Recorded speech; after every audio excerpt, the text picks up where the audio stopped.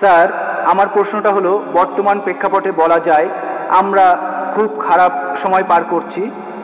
আমরা সবাই শান্তি চাই, হোক জাতিগত শান্তি বা হোক ধর্মীয় শান্তি, অথবা সে যাই হোক, আমাদের আসলে শান্তি আর মানবতার প্রয়োজন। এই ধর্মের কারণেই কি পৃথিবীতে আমরা আজ এত বেশি সমস্যা দেখছি? এই ধর্মের কারণেই কি পৃথিবীতে এত বেশি যুদ্ধ আর অরাজকতা চলছে? এটা এটা বাদেও অন্য সমস্যা আছে। আর এই ধর্ম দিয়েই কি পৃথিবীর সব সমস্যার সমাধান করা যায়? আর ধর্ম দিয়েই কি ইথিওপিয়া দুর্ভিক্ষের সমাধান করা যায়? শিশুরা না খেয়ে মারা যাচ্ছে, ধর্মই কি সব কিছুর সমাধান? ধর্ম দিয়েই কি পৃথিবীর এই সব সমস্যার সমাধান করা যাবে? এই ধর্ম দিয়েই কি আমাদের সব সমস্যাগুলোর সমাধান করা যাবে? আমার মনে হয় অন্য কোনো সমাধান আছে। ভাই, খুব সুন্দর প্রশ্ন করেছেন। পৃথিবীতে এখন অনেক সমস্যা, ধর্মই কি এসবের সমাধান দেবে? ইথিওপিয়াতে অনেক মানুষ মারা যাচ্ছে, ধর্ম কি এটা সমাধান? ভাই, সত্যের ধর্মটাই এখানে সমাধান।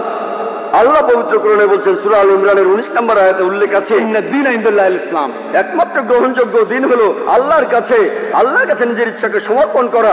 যদি দেশের সব লোক আল্লাহর কাছে আত্মসমর্পণ করতো, তাহলে ইথিওপিয়ায় কোনো সমস্যাই হতো না। আল্লাহ পবিত্র কোরআনে বলছেন, আর সহিহ হাদিসেও আছে, ইসলামের তৃতীয় স্তম্ভ হলো প্রত্যেক ধনী লোক যাদের সঞ্চয় নিসাবের তুলনায় অতিরিক্ত 85 গ্রাম স্বর্ণ, তাদের সঞ্চয়ের 2.5% দান করে দেবে।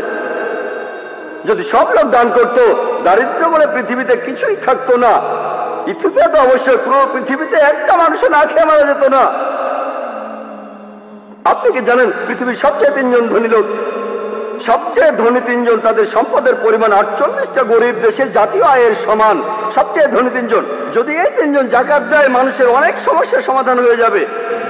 সমস্যা হচ্ছে প্রত্যেকটা মানুষ যদি ইসলাম ধর্ম পালন করত, আল্লাহর কাছে নিজের ইচ্ছাকে সমর্পণ করত।